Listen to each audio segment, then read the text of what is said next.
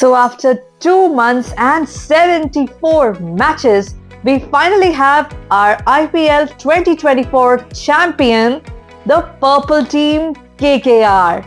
KKR नहीं गई हार और जीत गई है ये टूर्नामेंट, जो कि बहुत ही इंटरेस्टिंग और बहुत ही entertaining tournament रहा. If it will be called the best IPL tournament so far, I will not be surprised. IPL 2024 का फाइनल था दोनों उन टीम्स के बीच में जिन्होंने सबसे ज्यादा पॉकेट डीली करी थी in case of buying players. अगर पैट कमिंस थे जो एक अपनी बिड के बाद में सबसे ज्यादा महंगे प्लेयर बन चुके थे, लेकिन उसके थोड़ी देर के बाद मिचेल स्टार्क आके ही becomes the most expensive player ever bought in IPL auction. And the final was played between these two and their teams, and who won? Well, the one who was more expensive, that is Mitchell Stark, और उन्होंने अपने price को justify भी किया. आगे बढ़ने से पहले प्लीज मेरे वीडियो को कर दीजिए लाइक और चैनल को सब्सक्राइब जरूर कीजिएगा. It will really motivate me. लेकिन मेरी नजर में there are 5 things which make this IPL special. 5 key factors in this IPL of 2024. So this is part 1 of the video where I'm going to be sharing all these points with you. इस video में मैं आपके साथ में significant points share करूंगी. So जरूर इस video को लास्ट तक देखिएगा. Hello and welcome to Cricket Flavors everyone, where we talk all about the world of Indian cricket with a little bit of tadka, little bit of masala and ढेर सारा मजा. और मजा ही था इस IPL पूरे 2024 के सीजन में. हाँ, IPL फाइनल जो था वो थोड़ा लैकलस्टर था because it was a very one sided affair. और जो एक्सपेक्टेशंस थे SRH के, जैसी वो परफॉर्मेंस करते आ रहे थे पूरे टूर्नामेंट में, they were not able to deliver, especially their batsmen Abhishek Sharma and Travis Head both failed in the knockout games, especially the final, and it came out to be a very one-sided affair in favor of KKR. So yes, Bollywood blockbuster से कम नहीं था ये IPL, और इसी Bollywood blockbuster के Bollywood superstar की team यानी कि शाहरुख खान की टीम ने जीत लिया ये IPL 2024. लेकिन जैसे मैंने आपको पहले बताया, I am here to talk about the highlights of this year's IPL. 5 ऐसी चीजें जो मुझे लगा इस IPL से उभर कर आई हैं. So, उसमें नंबर 5 पे आता है the players. I'm talking about the emerging players of this season. So, ये वो players हैं जिनके बारे में हम इतना पहले जानते नहीं थे, या तो बिल्कुल नए हैं, डेब्यूटेंट्स हैं, या पहले 1-2 सीजन में ज्यादा कुछ कमाल ना करके इस सीजन में आकर एकदम धमाल मचा रहे हैं. और उनमें सबसे पहले आते हैं मयंक यादव. वो एक ऐसे प्लेयर है, ऐसे बॉलर है जिनकी पेस बिल्कुल बेमिसाल है.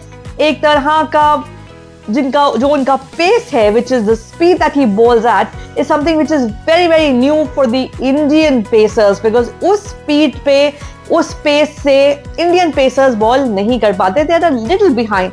It's more like the speed of your Shaheen Shah Afridi and Haris Rauf of Pakistan, which they are known for, which the Pakistan team is known for. और काफी अच्छी तरह से, काफी कंट्रोल तरीके से कर पा रहे थे, because of which he was able to deliver good results for LSG. लेकिन इंजरीज एक ऐसी चीज है जो हर प्लेयर को कभी ना कभी सफर करनी पड़ती है. और this young player, not a lot has been invested in him because he is still very emerging. इसलिए इंजरीज के कारण वो काफी सफर कर रहे थे, और उनकी टीम ने भी इसी कारण सफर किया अनफॉर्चुनेटली, क्योंकि लास्ट में वो नहीं खेल पाए. After a few matches he had to sit out because of his injury. And so I believe that the Indian BCCI and the team management etc. should take note and invest in this player, because they would get good results if they do so. इसके physiotherapy में, इसकी rehabilitation में, ensuring that he doesn't get injured, if at all he recovers quickly, that is very important. We need to really nurture him and grow him as a player that plays for the Indian side in the future, because he will be very very very impactful if he does so. और उसके बाद आते हैं KKR के Venkatesh Iyer. Venkatesh Iyer, if you ask me, हाँ कहीं ना कहीं आप बोलेंगे कि बैट्समैन में अभिषेक शर्मा भी बहुत अच्छे हैं, बट अभिषेक शर्मा जो एक ट्रेविस हेड के साथ मिलकर एक स्लॉग ओपनिंग, एक बुलिंग टाइप पारी खेलकर अच्छा टोटल जमा कर देते थे ट्रैविस हेड के साथ में, and they did get some very good totals, above 200 totals, not to mention the highest total against RCB.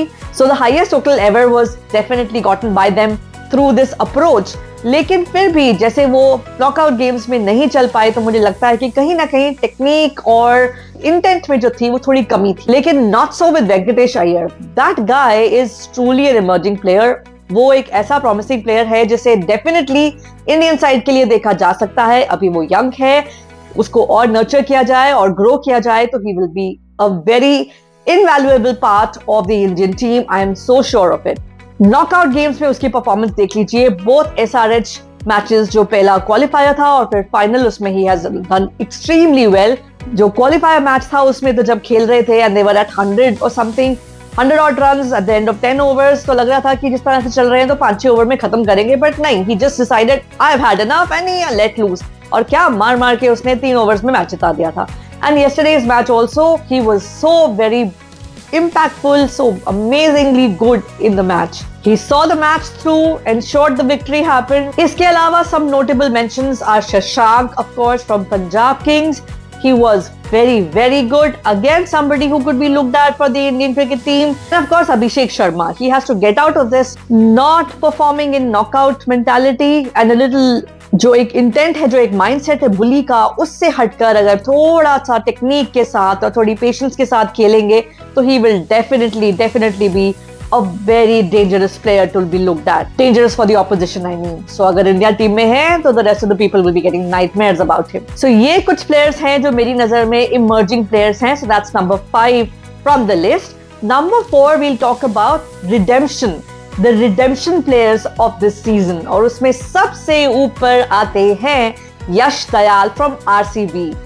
Last year GT के साथ जो मैच हुआ था KKR का, because he was playing for GT at that time, तो Gujarat Titans लगभग match जीत ही गए थे. लास्ट ओवर में some 30 रन्स वर रिक्वायर्ड और फिर क्या होता है, यश दयाल कम्स टू बॉल और सामने है रिंकू सिंह.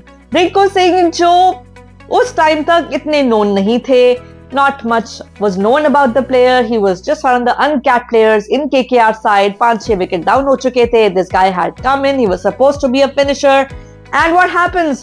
5 लगातार छक्के और बस KKR जो ये सोच के बैठी थी कि ये मैच तो हम हार चुके हैं, लास्ट ओवर में 30 रन तो किसी हालत में नहीं बन सकते, जीत गए thanks to Rinku Singh and his amazing innings. और उसके बाद रिंकू सिंह तो सुपरस्टार बन गए. इंडियन क्रिकेट टीम में उनको जगह मिल गई और कहीं ना कहीं ये भी लग रहा था कि he will be part of the world cup squad, but unfortunately he couldn't find a place in it. लेकिन इन सब में हम भूल गए कि एक बॉलर भी था जो बेचारा पिटा था, जो जीते हुए मैच को हरा चुका था, और वो था यश दयाल.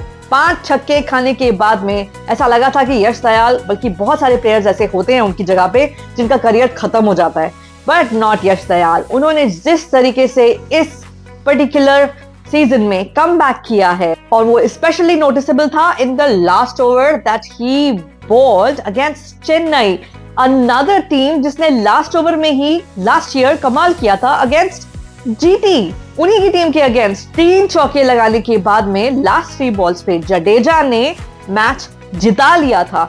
और यही जीटी लास्ट ईयर के टीम के यश दयाल उनके सामने, यानी कि जडेजा के सामने ही थे, but not to B.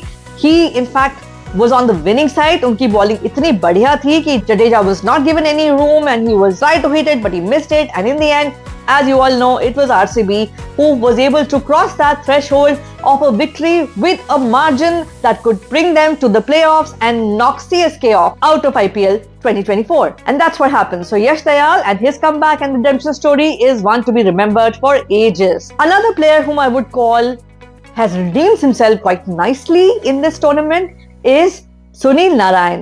Not an Indian player, लेकिन कोई फर्क नहीं पड़ता. उनका जिस तरह का redemption story है, it is something similar to Yash Dayal. He was kind of written off. उनके बारे में ये कहा गया था कि don't bring him as an opener. जब उनको ओपन कराया गया था, I believe that was Gautam Gambhir's brilliant idea. और उस टाइम पे lot of people questioned that idea कि ये क्यों ओपन कर रहा है, लेकिन उन्होंने अपने आप को पूरी तरह से जस्टिफाई किया, अपने ओपनर भेजे जाने को पूरी तरह से जस्टिफाई किया. जिस तरीके के स्कोर्स लगाए, जो यंगस्टर जैसा मार रहे थे वैसा ही केकेआर के सुनील नारायण ने मारा. क्या मस्त बैटिंग करी उन्होंने इस पूरे सीजन में. लेकिन सबसे ऊपर इस लिस्ट में आते हैं Shreyas Iyer of KKR, the captain himself. उन्होंने अपने आप को कैसे रिडीम किया? Well, we all know that he is a great player. Last year world cup में भी उन्होंने बहुत अच्छी पारियां खेली थी. He was a major contributor towards India success story in that world cup. लेकिन फिर क्या होता है? Because of internal reasons and a lot of other things, and I believe he just became a bali ka bakra because Ishan Kishan was to be taught a lesson कि इनको भी PCCI contract से बेदखल कर दिया जाता है. And it kind of does hurt because you feel that the guy actually contributed so much to the team that it feels unfair certainly. लेकिन उसने अपने आप को कैसे रिडीम किया? आज की डेट में IPL चैंपियन टीम का कैप्टन है और कंट्रीब्यूशंस भी कम नहीं करी with the bat and as captain. बहुत अमेजिंग कैप्टनसी भी दिखाई, बहुत अच्छी मेंटरशिप दी अपनी टीम को एंड बैटिंग तो करी ही है, because of which today his team is the champion. And very soon he will be a part of the Indian cricket team and mark my words, I feel he will be the captain of Indian cricket team. और अगर कहीं गंभीर बन गए ना हमारे head coach, तब तो इस बंदे की टीम में जगह भी पक्की है and you never know, he will become the captain of the team in a year or two only. Point number 3, very important and a very controversial point, because इस point की वजह से IPL को थोड़ी बदनामी भी सहन करनी पड़ी है. And that I'm talking about, of course, is the third umpire decisions, the DRS, the third umpires. Technology की मदद से कुछ ऐसे decisions लेना जो कि did not sit well with the fans and with the commentary panel sometimes. कुल मिला के देखा जाए तो there were about 7 such decisions, लेकिन I'm talking only of few of them जो थोड़े ज्यादा important और main ones थे, ज्यादा controversial थे. So उनमें सबसे ऊपर तो of course आता है कोहली और उनकी नो बॉल, जो आधे लोग कहते हैं कि राइट था, थियोरेटिकली लोग कहते हैं कि राइट था, but there are a lot of people who are saying no, that was not right, including Sidhu paaji, including many others who are supporting Kohli and saying कि नहीं, वो नो बॉल था. सो वो एक डिसीजन था जिसके लिए IPL came under the scrutiny of many, especially outsiders who would then question and say, अच्छा IPL का स्टैंडर्ड ये है, you know whom I'm talking about, जिनके खुद के स्टैंडर्ड्स को हमेशा क्वेश्चन किया जाता है. उन्हें तो मौका चाहिए थोड़ा सा भी आईपीएल में कुछ गड़बड़ होने का. इसके साथ साथ एक और डिसीजन था जब फाफ डू प्लेसी को नॉन स्ट्राइकर्स एंड पे रन आउट किया था because the ball touched and went on to the stumps, touch the bowler's hand and went on to the stumps. उस टाइम पे if you look at it closely तो ऐसा कह सकते हैं कि the bat was not in the air, it was grounded. लेकिन bat is in the air बोलकर उसे out दे दिया गया. In such cases, I believe that the batsman should be given the benefit of the doubt. That is the norm. That is the norm. Usually यही होता है कि जहाँ थोड़ा सा confusion होता है या नहीं पता चल रहा होता है, तो उस टाइम पे आपको लगता है कि भाई batsman should have been given not out. लेकिन ऐसा नहीं था. Paaf was given out and Paaf actually shook his head when he was leaving because he believed that his bat was grounded and he was very surprised at that decision. And Sanju Samson's run out of Travis Head. Travis Head was out of his crease और लगा था कि bat out है, लेकिन फिर भी DRS third umpire said नहीं भाई बैट तो लगा हुआ है और उसको नॉट आउट दे दिया. अलग बात है कि नेक्स्ट बॉल पे ट्रेविस हेड आउट हो गया, but that was a controversial decision which everybody said was actually wrong. So ये एक ऐसी चीज है जिसे आईपीएल में गोइंग फॉरवर्ड थोड़ा सा देखना पड़ेगा. Somewhere I believe that these third umpires should also be deemed answerable, क्योंकि अगर आप उनके एक बैड डिसीजन को एज अ प्लेयर क्वेश्चन करते हो फील्ड में तो आपके फेयर प्ले के मार्क्स कट जाते हैं. कोई ऐसी फाइन या कोई ऐसा पनिशमेंट देना चाहिए जिससे कम से कम ये लगे कि they are answerable for mistakes they make. Because technology होने के बावजूद अगर आप ऐसी मिस्टेक्स करते हैं तो that's really not fair and there should be some kind of an answerability, some kind of a punishment, some kind of a reprimand that these third umpire should be given कि भाई आगे से आप ऐसी mistakes ना करो या कम करो जिसके लिए हम ये करते हैं. Because the moment you have a threat of a punishment looming on your head, you will be more careful, right? So that's a wrap from IPL 2024. I hope you enjoyed my videos. I hope you liked this video. Subscribe to my channel. Please do so if you haven't already. Have a great day, everyone. Bye-bye.